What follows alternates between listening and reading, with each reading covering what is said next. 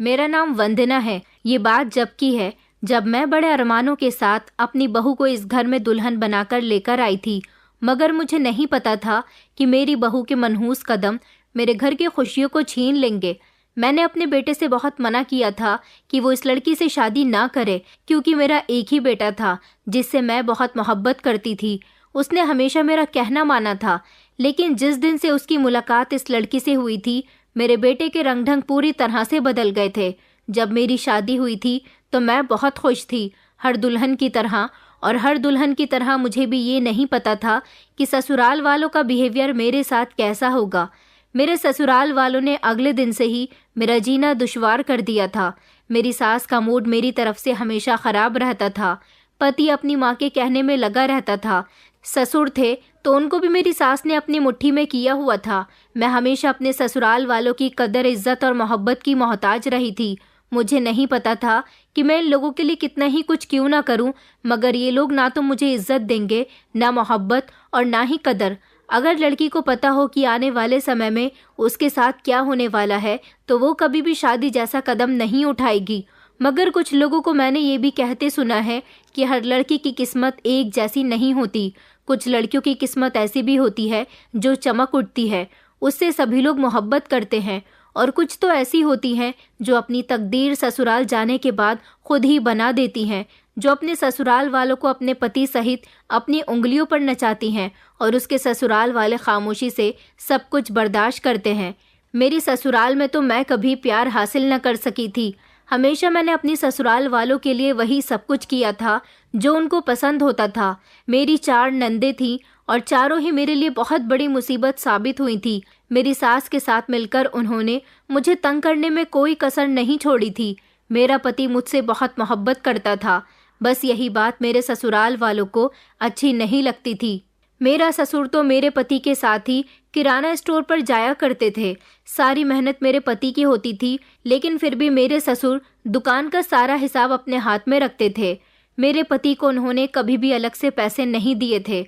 घर का सारा खर्चा भी वो अपने हाथ में ही रखते थे और सारा सामान भी खुद ही देकर आया करते थे। अलग से अगर मुझे कुछ खरीदने की ज़रूरत होती या मेरे पति मेरे लिए कुछ लेकर आना चाहते, तो उनके पास इतने पैसे ही नहीं होते थे। 1-2 बार मेरे पति ने मेरी कुछ ज़रूरतें पूरी करने के लिए अपनी दुकान से कुछ पैसे अपने पिता की इजाज़त के बिना निकाल लिए थे, जिस पर मेरे ससुर जी ने बहुत हंगामा किया था और इस बात का इल्ज़ाम मेरी सास ने मुझे दे दिया था। उनका कहना था कि इसकी वजह से ही मेरे बेटे ने दुकान से पैसे चुराए होंगे और इसकी ज़रूरतें ही इतनी है कि कभी पूरी ही नहीं होती। आज उसने इसकी खातिर चोरी की है, कल को किसी का कत्ल भी कर देगा, मगर इस समय मेरी तो कोई गलती ही नहीं थी। मैं बार बार अपनी सास को समझाने की कोशिश कर रही थी कि मैंने आपके बेटे से ऐसा कुछ भी नहीं कहा, लेकिन वो तो कुछ समझने के लिए तैयार ही नहीं थी। इस घर में अगर किसी को मामूली सी चोट भी लग जाती थी तो उसका इल्ज़ाम मुझे ही दिया जाता था। एक दिन तो मेरी सास की बहुत तबीयत खराब हो गई। मैंने उनकी सेवा में कोई कमी नहीं छोड़ी थी। घर का सारा कामकाज भी मैं खुद ही करती थी। मेरी चारों नंदे एक तरफ को बैठकर मुझे काम बताती रहती थी और मैं काम में बहुत बुरी तरह से उलझी हुई थी और अपनी सास को दवाई देने में मैंने 5 मिनट की देरी कर दी, जिस पर मेरी सास ने मेरे पति के घर आते ही उनको मेरे खिलाफ भड़काना शुरू कर दिया और कहा कि बेटा, मैं तो कब से ठीक हो जाऊं अगर तुम्हारी पत्नी मुझे फिक्र से और टाइम पर दवाई दे दिया करे तो। तुम्हारी बहनों को तो घर के कामों से ही फुर्सत नहीं मिलती। तुम्हारी पत्नी को सिर्फ एक काम दिया गया है, उस पर भी वो ध्यान नहीं देती, जिस पर मेरे पति ने मुझे बहुत डांटा था। मगर मैं उनको बार बार कह रही थी कि मैं तो अम्मा जी को दवाई टाइम से देने के लिए आ रही थी, मगर किसी न किसी काम में उलझ जाती हूँ, इसीलिए देर हो गई। उस दिन घर में बहुत बड़ा हंगामा हुआ था। इस छोटी सी बात पर मेरे पति ने मुझ पर हाथ तक उठा लिया था, क्योंकि मेरा सफाई देना उन्हें लगता था कि मैं उनके साथ बदतमीजी कर रही हूँ, क्योंकि अपनी माँ के बारे में तो वो कुछ भी सुन नहीं सकते थे। वक्त इसी तरह से गुजरता गया और ऐसे ससुराल में मैंने बड़ी मुश्किल से गुजारा किया, जो मुझे ससुराल नहीं बल्कि किसी नर्क का रूप लगती थी। यहाँ मेरे साथ कुछ ऐसा ही सुलूक होता था। मैंने हर तरह से अपने ससुराल वालों को खुश करने की कोशिश की, मगर मुझसे कोई भी खुश नहीं हुआ। हमेशा मुझे इस घर में बेइज्जत ही किया गया। इसीलिए मैंने सोच लिया था कि आने वाले समय में मैं अपने दिल को तसल्ली ज़रूर दूंगी। अपनी ज़िंदगी के कई साल मैंने इसी तरह से बर्बाद कर दिए थे। अपने पति के साथ मुझे जो अच्छा समय गुजारना था वो मैंने अपने ससुराल वालों की सेवा में गुजार दिया था, और फिर भी मुझे इसका कोई अच्छा सिला नहीं मिला था। फिर मेरी ज़िंदगी में मेरा बेटा आ गया, जिसको मैं अपना सब कुछ मानने लगी। उसका नाम मैंने बड़े प्यार से आर्यन रखा था, और वो दिखने में बिल्कुल मेरी तरह था, इसलिए ज़्यादातर मेरा ही बेटा लगता था। मैंने उसकी परवरिश में कोई कमी नहीं छोड़ी थी। मेरा बेटा सिर्फ 2 महीने का था जब मेरी सास की मौत हो गई। वो छत पर गई थी किसी काम के लिए, और अचानक उनका पैर सीढ़ियों से फिसला तो वो नीचे गिर गईं। उनके जाने के बाद मेरी ज़िंदगी में कुछ सुकून आया था, क्योंकि घर की मुखिया तो वही थी जिन्होंने घर का माहौल सबसे ज़्यादा मेरी तरफ से ख़राब किया हुआ था। पत्नी के मरने के बाद मेरे ससुर जी को अपनी बेटियों की फिक्र हुई। उन्होंने एक एक करके अपनी 4 बेटियों की शादी कर दी, यहाँ तक कि उन्होंने अपनी दुकान भी बेच दी और अपनी बेटियों को उनकी ससुराल का कर दिया। इस सब में भी नुकसान मेरा और मेरे पति का ही हुआ था। सास दुनिया से चली गई थी, नंदे अपनी अपनी ससुराल जा चुकी थी। मेरे पति से उनके पिता ने दुकान भी छीन ली थी, जिसमें से उनको कुछ नहीं दिया गया था। अब मेरे पति के पास इस घर के अलावा और कुछ भी नहीं था। मैं अब भी अपने ससुर जी की सारा दिन सेवा किया करती थी। उनकी बेटियों की तो जब से शादी हुई थी वो अपने पिता और भाई की तरफ पलटती भी नहीं थी। ऐसी गरीबी की हालत में बेटे की परवरिश भी ठीक से नहीं हो पा रही थी, लेकिन फिर भी मैंने सब कुछ अच्छे से मैनेज कर लिया था। मैं 2-3 बार अपने मायके चली गई। मेरे माता पिता ने मुझे बहुत सपोर्ट किया था। उन्होंने मुझे कई बार मेरी ज़रूरत के मुताबिक पैसे दिए थे। यहाँ तक कि कुछ समय के बाद उन्होंने मेरे पति को उनका कारोबार करने के लिए भी पैसे दिए थे। मेरे पति सामान खरीद लाए थे और उन्होंने बाजार में छोटी सी दुकान किराए पर ले ली, और वो अब उसमें अपना जर्नल स्टोर खोलकर बैठ गए थे। इस तरह मेरी गृहस्थी चल निकली थी। मेरे ससुर जी अब बहुत बीमार रहने लगे थे, हमेशा बिस्तर पर पड़े रहते थे। मेरी सेवा देखकर उनका मन खुश होता था, और यह एहसास होता था कि उनके पूरे परिवार ने मेरे साथ जो कुछ भी किया वो गलत था। फिर एक दिन वो भी इस दुनिया को छोड़कर चले गए, और अब हम दोनों पति पत्नी अपने बेटे के साथ सुकून की ज़िंदगी गुजार रहे थे। बहुत लंबा कठिन समय गुजारने के बाद मेरी ज़िंदगी में अब कुछ सुकून आया था। आर्यन के बाद मुझे दूसरी औलाद नहीं हुई, लेकिन हमारा एक बेटा भी हमारे लिए काफ़ी था। मेरे घर वालों की मदद से मेरे पति की दुकान बहुत अच्छी चल रही थी। मेरे पति हमेशा ही मेरे माता पिता के शुक्रगुजार रहे हैं, क्योंकि उन्होंने हमेशा मेरे पति का साथ दिया था। अगर मेरा साथ किसी ने नहीं दिया था तो वो मेरे पति थे। उन्हें अपने माता पिता के मरने के बाद इस बात का एहसास हो गया था कि मैं उनके लिए कितनी ठीक हूँ। फिर वक्त इसी तरह से गुजरता गया। हम दोनों पति पत्नी ने मिलकर अपने बेटे की परवरिश बहुत अच्छे से की। मेरे पति ने अपनी मेहनत के साथ अपने बेटे को पढ़ाया लिखाया, उसकी हर ख्वाहिश को पूरा किया। मैं भी अपने बेटे के आगे पीछे घूमती रहती थी। वो दिन ब दिन इतना सुंदर होता जा रहा था कि मैं उसको देख देख कर खुश होती रहती थी, और अपने आप पर गर्व महसूस करती थी कि मैं इतनी सुंदर बेटे की माँ हूँ। मेरा बेटा घरेलू सामान बनाने वाली फैक्ट्री में नौकरी करने लगा। वहाँ पर उसकी सैलरी अच्छी थी। बेटा जवान हुआ तो मेरे पति की उम्र हो गई। वो बीमार रहने लगे थे। बीमार तो मैं भी रहने लगी थी, लेकिन इतनी नहीं जितने मेरे पति हो गए थे। बस मैं सारा दिन उनकी सेवा में लगी रहती थी। हमने अपने बेटे को इस काबिल तो कर दिया था कि वो अपने पैरों पर खड़ा हो चुका था, मगर मैंने अपने बेटे को बिल्कुल अपने पति की तरह बनाया था, जो हमेशा मेरा ही कहना मानता था। मैं अपने बेटे से जैसा कहती वो वैसा ही किया करता था। मैंने उसे अपनी मुट्ठी में करके रखा हुआ था। मैं नहीं चाहती थी कि मेरा बेटा मुझसे दूर हो जाए। कुछ समय के बाद मैं अपने बेटे की शादी करने का सोच रही थी, लेकिन अपने पति की बीमारी देखते हुए मैं चाहती थी कि उसकी शादी जितनी जल्दी हो जाए उतना ही अच्छा रहेगा। मेरे पति को भी अपने इकलौते बेटे की शादी देखने का बहुत शौक था। उन्होंने मुझसे कहा कि बेटे के लिए लड़कियां तलाश करना शुरू करो, इसलिए मैंने कुछ रिश्ता कराने वाली औरतों से बात कर ली थी। मेरा बेटा बहुत अच्छा था, इसलिए मुझे लड़की भी अच्छी ही चाहिए थी। फॉर्मेलिटी पूरी करने के लिए एक बार मुझे अपने बेटे से भी पूछना था कि उसे तो कोई लड़की पसंद नहीं है, क्योंकि मैं नहीं चाहती थी कि उसको ऐसा लगे कि उसकी माँ हमेशा हर बात में अपनी ही बात मनवाती है। लेकिन मुझे पूरा भरोसा था कि उसे कोई लड़की पसंद नहीं होगी। वैसे भी वो उन लड़कों में से नहीं था जो काम से हटकर दूसरी बातों में अपना दिमाग लगाते हैं। उसकी ज़िंदगी का लक्ष्य सिर्फ एक ही था, अपने माता पिता को एक खुशहाल और सुकून भरी जिंदगी देना। मैंने अपने बेटे से जब उसकी मर्जी जाननी चाहिए तो उसने मेरी उम्मीद के मुताबिक यही कहा था कि माँ, जिस लड़की के साथ आप मेरी शादी करवाना चाहती हो, मैं उसके साथ खुशी खुशी शादी कर लूँगा। मुझे कोई लड़की पसंद नहीं है। ऐसा सुनकर मुझे बड़ी खुशी हुई थी और फिर मैंने अच्छी सीधी सादी और मासूम लड़की तलाश करने में अपनी जी जान लगा दी थी। मैं अपने बेटे की शादी किसी ऐसी लड़की से करवाना चाहती थी जो काम में बहुत परफेक्ट हो और घर में मुंह बंद करके रहती हो, लेकिन अभी तक मुझे कोई ऐसी लड़की नहीं मिल रही थी। मैं जिस लड़की को देखने जाती उसके ऊपर से मुझे चालाकी छलकती हुई दिखाई देती थी, इसीलिए मैं हर लड़की को रिजेक्ट कर दिया करती थी। मेरे पति बार बार मुझसे कहते थे कि तुम्हें अभी तक बेटे के लिए कोई लड़की पसंद क्यों नहीं आती है, तुम इतनी इतनी अच्छी लड़कियों को रिजेक्ट कर देती हो, आखिर तुम क्या चाहती हो। मगर मैं उनको क्या बताती कि मैं कैसी लड़की को अपनी बहू बनाना चाहती थी। फिर मुझे एक दिन एक लड़की अपने बेटे के लिए पसंद आ ही गई, जो बहुत भोली भाली और मासूम सी थी, लेकिन बहुत सुंदर थी।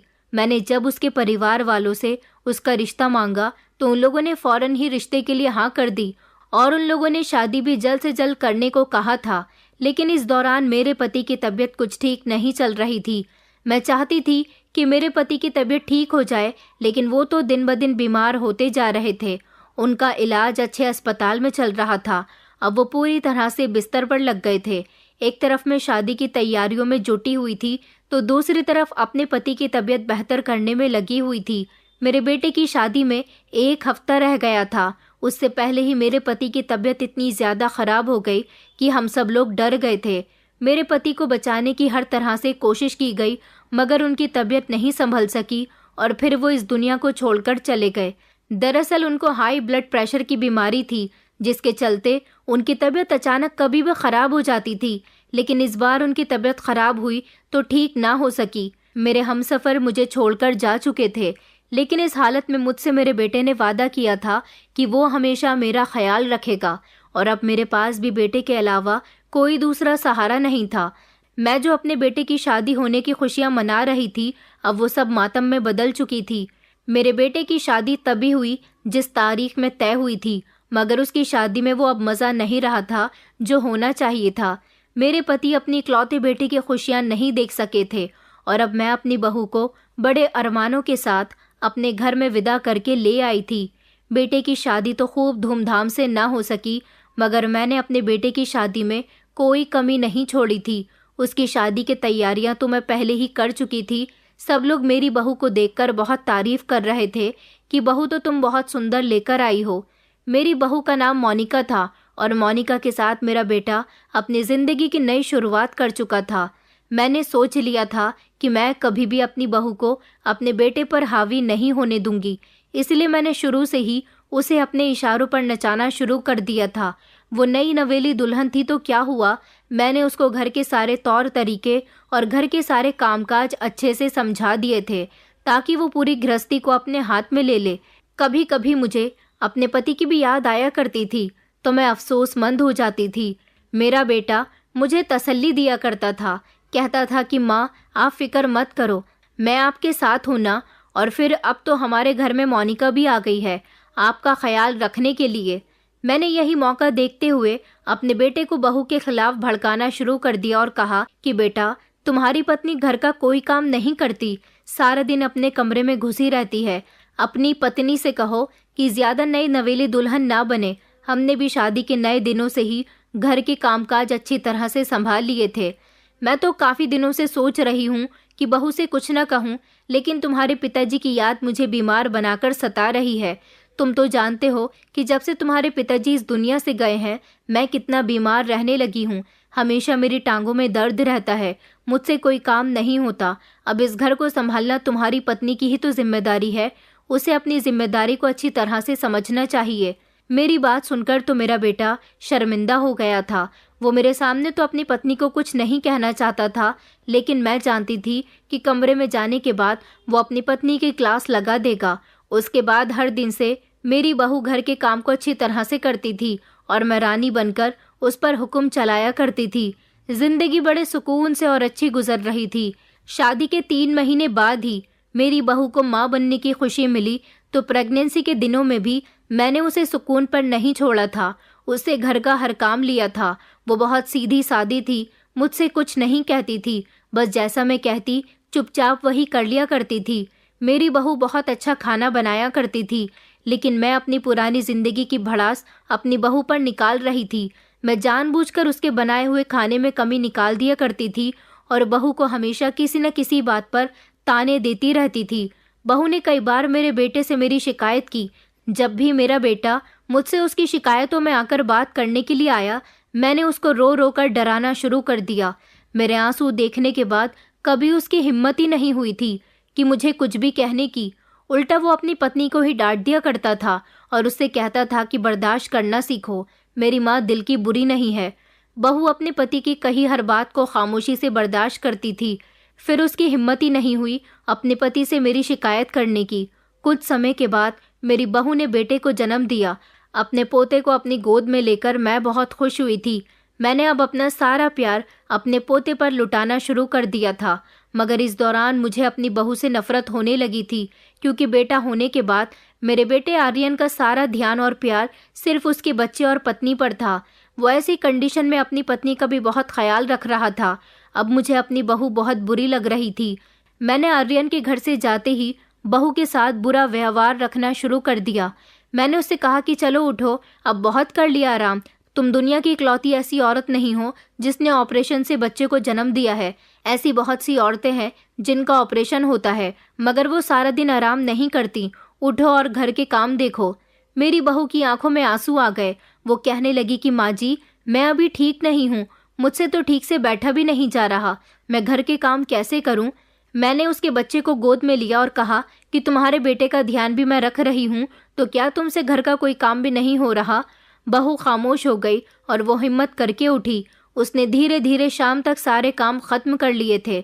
जैसे ही आर्यन के आने का समय हुआ, मैंने बहू को उसके बच्चे के साथ कमरे में भेज दिया और खुद हाथ में झाड़ू लेकर खड़ी हो गई, ताकि बेटे को लगे कि सुबह से मैं ही सारे काम कर रही हूँ।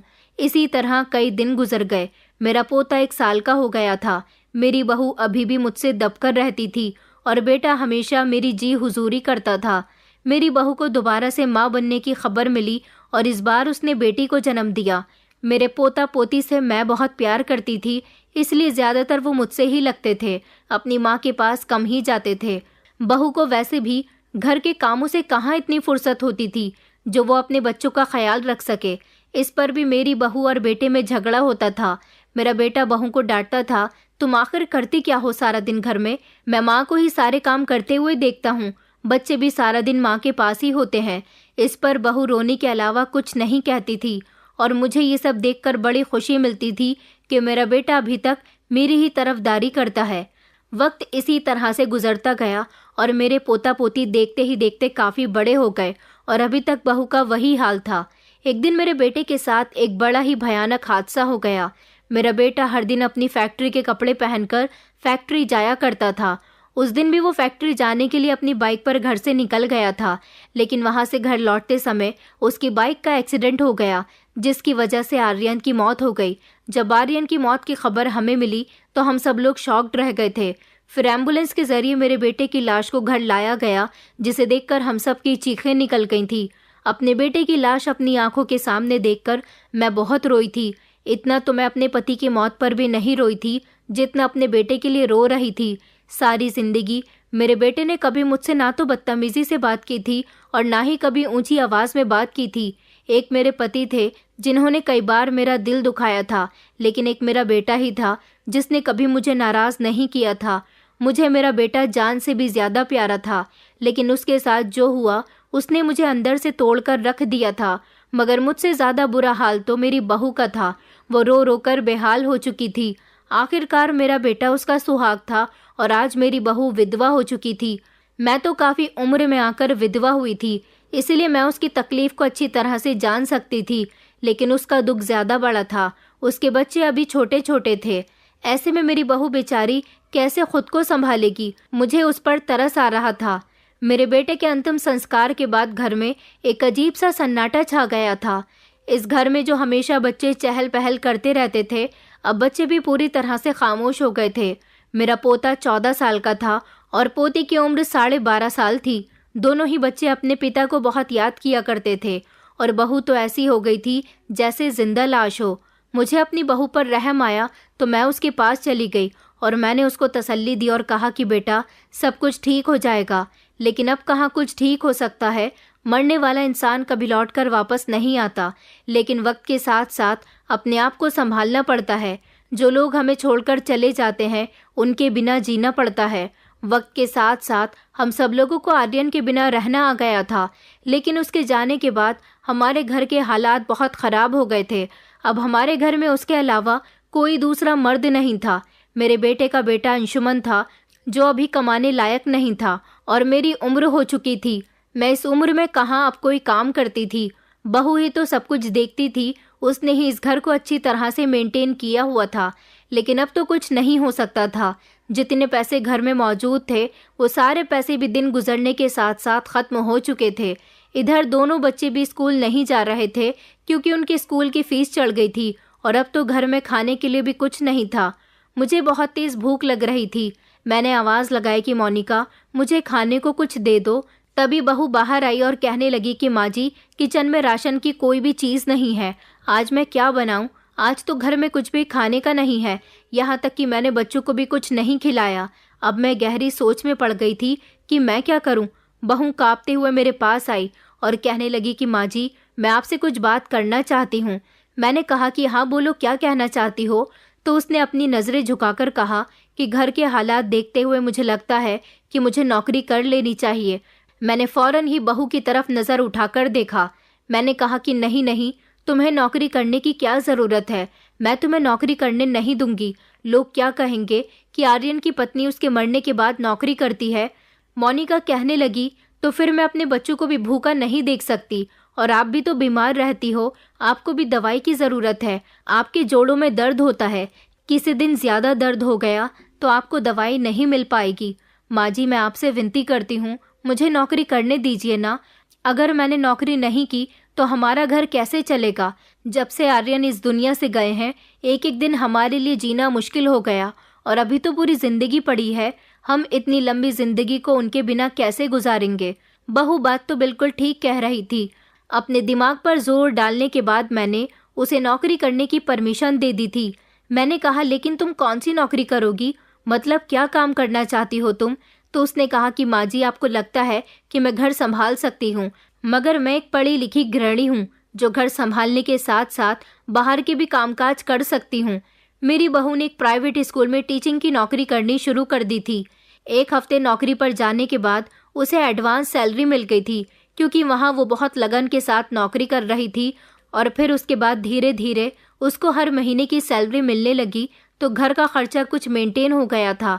बहू घर का सारा काम सुबह सवेरे उठकर कर लिया करती थी, यहाँ तक कि मेरे लिए चाय भी बनाकर रख जाती थी। उसके बाद वो स्कूल चली जाती थी और दोपहर को आने के बाद शाम का खाना बनाया करती थी। लेकिन मैं एक बात नोटिस कर रही थी कि जिस दिन से बहू ने स्कूल में नौकरी करना शुरू किया था वो बड़ी बदली बदली सी लगने लगी थी।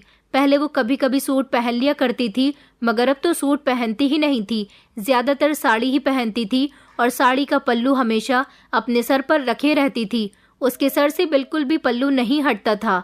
कुछ दिन और इसी तरह से गुजर गए। एक दिन मेरी पोती ने मुझे बताया कि दादी माँ मैं आपको कुछ बताना चाहती हूँ। मैंने उसकी बात बड़ी गौर से सुनी। हाँ बेटा बताओ, क्या बताना चाहती हो?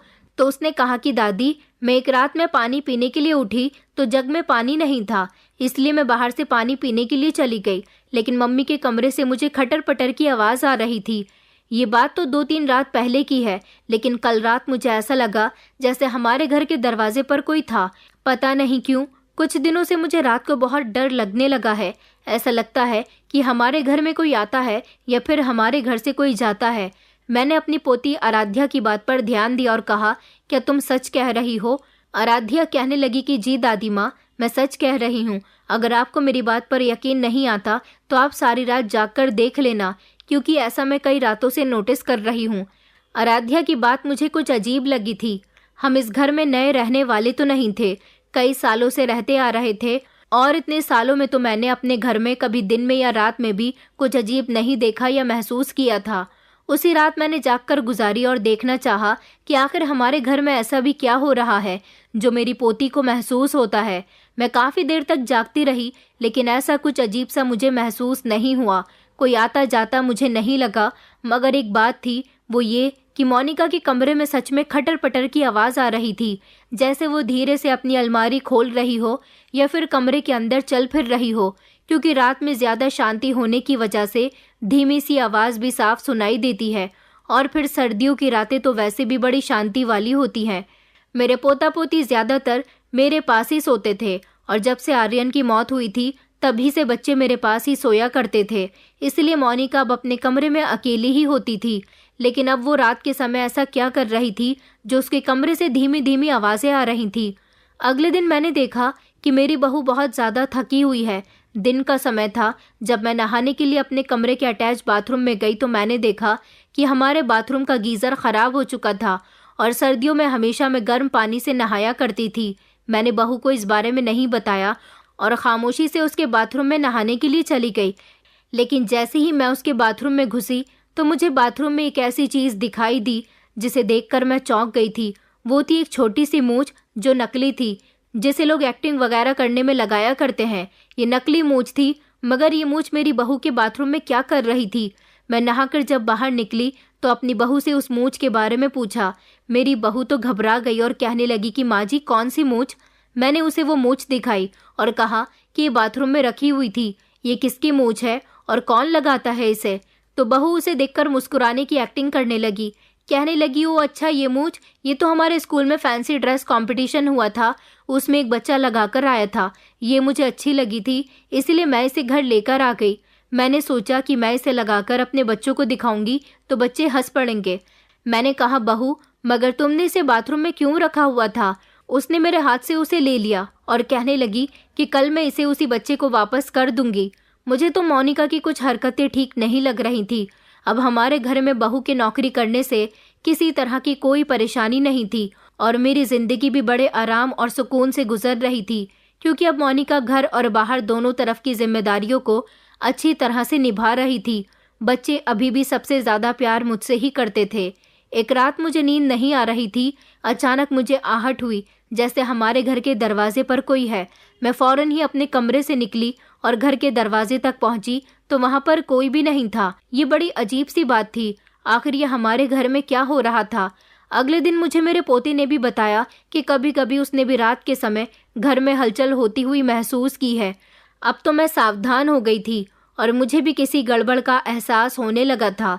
इधर मेरी बहू थी जो हमेशा मुझे थकी थकी महसूस होती थी। सबसे ज़्यादा थकी हुई वो मुझे सुबह को लगती थी। मुझे तो कभी उस पर रहम नहीं आया था और हमेशा मैंने उसे नौकरानी की ही तरह ट्रीट किया था। अब मैं रात के समय हमेशा सावधान रहती थी और मेरी नज़र घर के दरवाजे पर ही टिकी होती थी, क्योंकि मुझे ज़्यादातर आहट बहू के कमरे से और अपने घर के दरवाजे से ही आती थी। एक रात मैंने देखा कि मुझे धीमी धीमी आवाज़ आ रही है, जैसे बहू अपने कमरे में चल रही है। मैं जैसे ही बहू के कमरे की तरफ जाने लगी तो मैंने रात के अंधेरे में देखा कि उसके कमरे से कोई मर्द बाहर निकला है, जिसने मर्द जैसे कपड़े पहने हुए थे। लेकिन अंधेरा ज़्यादा होने की वजह से मैं उसका चेहरा ठीक से नहीं देख पाई। वो तो हमारे घर के दरवाजे से बाहर निकल गया था। मैं धीरे धीरे चलती हुई दरवाजे तक पहुंची, मगर इतनी देर में वो हमारे घर से निकल चुका था। ये सब देखकर मेरे पैरों तले से ज़मीन निकल गई थी कि मैं तो अपने बेटे के लिए इतनी सीधी सादी बहू लेकर आई थी।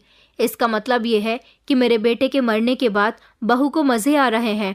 वो दूसरे लोगों को रात को मिलने बुलाती है, तभी तो बच्चों को और मुझे इतने समय से घर में आहट होती हुई क्यों महसूस होती है। मुझे अब अपनी बहू को रंगे हाथों पकड़ना था। मैंने दिन निकलते ही सबसे पहले इस बारे में बच्चों को बताया था। बच्चे तो पहले ही अपनी माँ को ज़्यादा मुंह नहीं लगाते थे, क्योंकि उन्होंने भी अपने पिता से अपनी माँ को डांट खाते हुए देखा था। इसलिए उनको यही लगता था कि उनका पिता उनको सही बात पर डांट रहा है, और मैं भी हमेशा बच्चों से उनकी माँ की बुराई करती रहती थी, ताकि बच्चों के दिल में भी हमेशा मेरे लिए मोहब्बत बरकरार रहे। वो मेरी मोहब्बत अपनी माँ को न दें। अब मुझे समझ आ गया था कि बहू रात को इस मर्द को अपने कमरे में मिलने के लिए बुलाती है, और इस मर्द की हिम्मत तो देखो, ये घर के दरवाजे से अंदर आता है। मैंने सोच लिया था कि मुझे कुछ न कुछ तो करना होगा। अगली रात मैं फिर से जागती रही तो मैंने फिर से उसी मर्द को अपनी बहू के कमरे से निकलते हुए देखा। आज तो मैंने उसे साफ साफ देख लिया था और मेरा शक भी दूर हो गया था। मैंने बच्चों को सुबह होते ही जब इस बारे में बताया तो बच्चों ने अपनी माँ से नफरत करने में बढ़ोतरी पैदा कर ली और वो ज़्यादातर मेरे पास ही रहने लगे थे। बहू बच्चों के करीब जाती तो बच्चे उससे कोई बात ना करते थे, बल्कि उसे देखकर मुंह फेर लिया करते थे। हर रात मैं कुछ ऐसा ही देख रही थी, लेकिन अब मुझे कुछ ऐसा करना था कि बहू की सारी सच्चाई खुलकर मेरे सामने आ जाए। सबसे पहले मुझे इस इंसान को पकड़ना था। ये कौन था? हमारे मोहल्ले का था या फिर मेरी बहू का कोई जानने वाला था? मैंने इसे पकड़ने का फैसला किया। एक रात जैसे ही मैंने बहू के कमरे में उस लड़के को निकलते हुए देखा तो मैं उसको पकड़ने के लिए उस पर लपकी। मैंने अपने इस प्लान में बच्चों को भी शामिल कर लिया था। बच्चों ने फौरन ही घर की सारी लाइट ऑन कर दी। उस लड़के ने बिल्कुल ऐसे कपड़े पहने हुए थे जैसे कपड़े मेरा बेटा पहनकर फैक्ट्री जाया करता था। उसने अपने चेहरे पर हाथ रख लिया और मुझे ज़मीन पर धक्का देकर खुद घर से भाग गया। मैं ज़मीन पर गिरकर कुछ न कर सकी थी। बच्चे भी उसे पकड़ते रह गए थे, मगर वो हाथ नहीं आया। और उसी समय मैंने और बच्चों ने बहू के कमरे का दरवाज़ा ज़ोर ज़ोर से बजाया, मगर दरवाज़ा तो बाहर से बंद था। जैसे ही हमने दरवाज़ा खोल कर देखा तो वहाँ मोनिका मौजूद ही नहीं थी। इतनी रात के समय मोनिका कहाँ गई थी? ये सब देखकर तो मेरा खून खौल उठा और मैंने सोच लिया था कि अब बहू की खैर नहीं है। बच्चे भी कहने लगे कि दादी, आज मम्मी को मत छोड़ना। आखिर वो इतनी रात को घर से कहाँ चली गई और ये घर में दाखिल होने वाला लड़का आखिर कौन है? आज उनसे सारे सवालों का जवाब लेना। रात से दिन निकल आया था, मगर बहू घर वापस ही नहीं आई थी। मेरे दिल में कुछ बुरे ख्याल भी आ रहे थे कि जो लड़का यहाँ आया था कहीं उसी ने तो बहू को किडनैप नहीं कर लिया। लेकिन मैं खुद को संभालने की कोशिश कर रही थी। सुबह का समय हुआ तो बहू घर वापस आ गई थी। मैं और बच्चे गुस्से से उसे घूर कर देख रहे थे। मैंने कहा, तुम सारी रात कहाँ थी और तुम अब कहाँ से आ रही हो? बहू बुरी तरह से कांप रही थी और बात को घुमाने की कोशिश कर रही थी, लेकिन अचानक मेरी नज़र मेरी बहू की कलाई पर गई। मैंने उसकी कलाई पकड़ी। इससे पहले वो मुझे कोई जवाब देती, मैंने उससे एक और सवाल कर लिया। मैंने कहा, तुम्हारे हाथ पर ये निशान कहाँ से आया? मैंने बहू के चेहरे की तरफ देखा जो साफ साफ कुछ छुपाने की कोशिश कर रही थी। मैंने फौरन ही उसके सर से दुपट्टा हटाया। उसके सर से पल्लू हटाते ही हम तीनों की आंखें फटी की फटी रह गई थी और मुझे यकीन नहीं आ रहा था कि जो कुछ भी मैं देख रही हूँ वो सब कुछ सच है। मैंने चिल्लाकर कहा कि ये सब कुछ क्या है? आखिर तुम क्या करती फिर रही हो? मुझे सब सच बताओ। बहू बुरी तरह से घबरा गई थी। वो मेरे पैरों में बैठकर फूट फूट कर रोने लगी और कहने लगी कि माँ जी, आप गुस्सा मत करो, मैं आपको अभी सच सच बताती हूँ। मेरी नज़र जब अपनी बहू की कलाई पर गई तो मुझे याद आया कि रात जो लड़का घर में आया था और जिसको मैंने दबोच लिया था, उसकी कलाइयों को मैंने इतनी बुरी तरह से दबोच लिया था कि मेरे नाखूनों के निशान अच्छी तरह से उसकी कलाई में गड़कर रह गए थे इसलिए वो बुरी तरह से घबरा गया था और भागने की कोशिश कर रहा था। सुबह जब मेरी बहू घर के अंदर आई तो उसकी कलाइयाँ भी कुछ इसी तरह से जख्मी थी जैसे किसी ने उसकी कलाई में नाखून गाड़ दिए हों। और जब मैंने उसके सर से पल्लू हटाया, जिस पर मुझे हमेशा से शक रहता था कि वो सर पर पल्लू क्यों रखे रहती है, कभी उसे उतारती क्यों नहीं है, तो उसके बाल बहुत छोटे छोटे थे और बॉय कट टाइप के थे, जैसे लड़के करवा लेते हैं। बहू रोते हुए कहने लगी कि माँ जी, घर के हालात आर्यन के जाने के बाद बहुत ख़राब हो गए थे। आपने मुझे बड़ी मुश्किल से स्कूल में टीचिंग करने की परमिशन दी थी, लेकिन स्कूल में टीचिंग करने से मुझे मामूली से पैसे मिल रहे थे। मेरे पति फैक्ट्री में काम किया करते थे जहाँ पर वो काफ़ी सारे पैसे कमाया करते थे, लेकिन वो मर गए तो मैंने सोचा कि वहाँ उनकी जगह भी तो फैक्ट्री में किसी कर्मी की ज़रूरत होगी, तो क्या मैं उनकी जगह काम नहीं कर सकती? हमारे समाज में औरतों को मर्दों से कम समझा जाता है, लेकिन औरत किसी मर्द से कम नहीं होती। वो औरत बनकर भी अपने हिस्से का काम कर सकती है और मर्द बनकर भी मर्द के हिस्से का काम कर सकती है। घर का सारा खर्च आर्यन के मरने के बाद जब मेरे हाथ में आ गया था, मैं पैसे कमा रही थी, लेकिन खर्च इतने ज़्यादा थे कि पूरे महीने की सैलरी एक ही बार में ख़त्म हो जाती थी और बाकी के दिनों के लिए कुछ नहीं बचता था।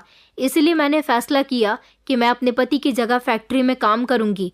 मैं वहाँ लड़का बनकर गई तो वहाँ मुझे नौकरी मिल गई और मैं उतने ही पैसे कमाने लगी जितने मेरे पति कमाया करते थे। अब मेरे पास बच्चों की पढ़ाई के लिए भी पैसे बच रहे थे और बाकी के कामों के लिए भी। दिन में मुझे घर के भी काम करने होते हैं, स्कूल भी जाना होता है और आप मुझे कभी भी फैक्ट्री में नौकरी करने की परमिशन नहीं देती और उस फैक्ट्री में सारे ही मर्द काम करते हैं, इसलिए मैं वहाँ जाकर रात को सब लोगों के सो जाने के बाद नाइट ड्यूटी करती हूँ। मैं यहाँ से तैयार होकर आर्यन के कपड़े पहनकर खामोशी से घर से निकल जाती थी और फिर उसके बाद घर के अंदर दिन निकलने से पहले पहले वापस आ जाती थी। लेकिन आज आपने मुझे देख लिया। आपने ही नहीं बल्कि एक बार फैक्ट्री में भी मुझे एक लड़के ने देख लिया था और वहाँ सारे लोगों को मेरी सच्चाई के बारे में पता चल गया था। वहाँ के मालिक मुझे नौकरी से निकालना चाहते थे, मगर फिर जब मैंने उन्हें अपनी परेशानी बताई और बताया कि मैं उनकी ही फैक्ट्री में काम करने वाले आर्यन मल्होत्रा की पत्नी हूँ, तो उन्होंने मुझे वहाँ नौकरी करने की अनुमति दे दी और वहाँ पर मौजूद लोगों से कहा कि ये लड़की यहाँ पर लड़कों के ही गेटअप में आएगी और इसे कोई परेशान नहीं करेगा। ये जो काम कर रही है इसे खामोशी से करने दिया जाए। बहू फूट फूट कर मुझे अपनी कहानी सुना रही थी। आराध्या और अंशुमन भी खामोशी से उसकी बातें सुन रहे थे। मैंने देखा था कि आज बच्चों की आंखों में मेरे साथ साथ आंसू थे, क्योंकि अपनी जिस बहू को मैं हमेशा बुरा समझती आई थी उसने मेरे और मेरे परिवार के लिए क्या कुछ नहीं किया था। मैं अपने आप पर बहुत शर्मिंदा हुई थी, जिसने अपनी हीरे जैसी बहू को हमेशा परेशान किया था। मेरे दिल में हमेशा यही रहता था कि अगर मेरे ससुराल वालों ने मुझे परेशान किया है तो मैं भी अपनी बहू को परेशान करूंगी। लेकिन जैसा साहस मेरी बहू ने दिखाया, ऐसा साहस तो मैंने कभी नहीं दिखाया था।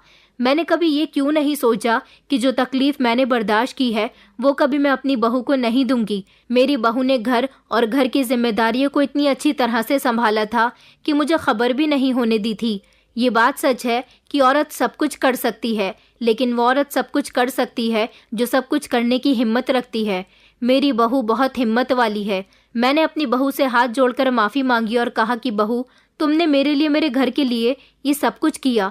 मैं बहुत खुश हूँ, मगर मुझे माफ़ कर दो। मैंने हमेशा तुम्हें अपने बेटे से दूर रखा, यहाँ तक कि तुम्हारे बच्चों से भी तुम्हें दूर रखा, लेकिन ये नहीं समझा कि धीरे धीरे ऊपर वाला मुझे भी मेरे अपनों से दूर कर रहा है।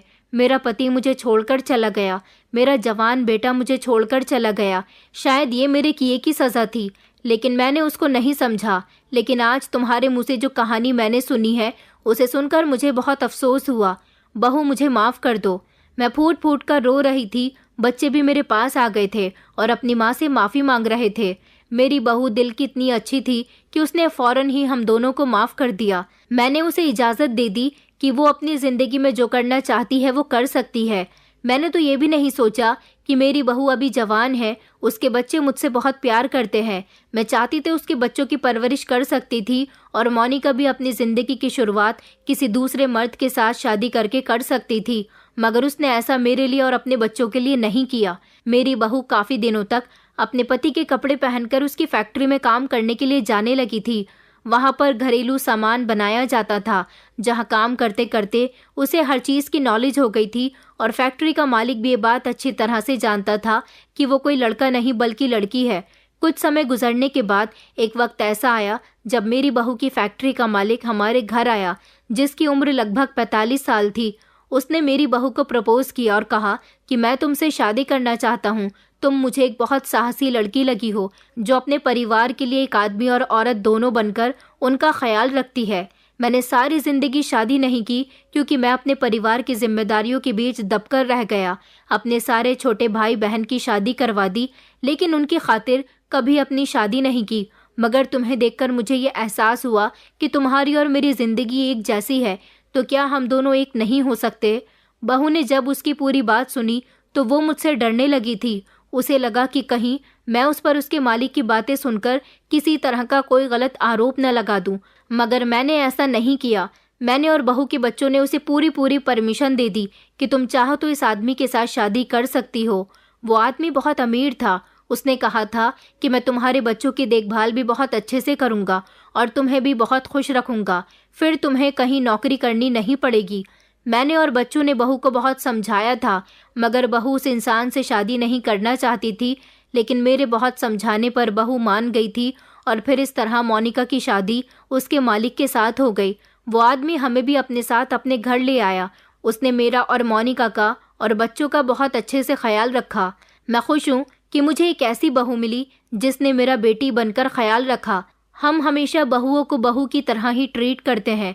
कभी बहू को बेटी बनाकर देखिए और इसी तरह से उसकी तकलीफ को समझिए, तब आपको पता चलेगा कि वो भी हमारे लिए क्या कुछ नहीं कर सकती। दोस्तों, उम्मीद करती हूँ आपको हमारी कहानी पसंद आई होगी। कहानी पसंद आई है तो वीडियो को लाइक करें, चैनल पर नए हैं तो चैनल को सब्सक्राइब करें और हाँ, नोटिफिकेशन बेल को ज़रूर दबाएं ताकि अगली अपडेट सबसे पहले आपको मिले।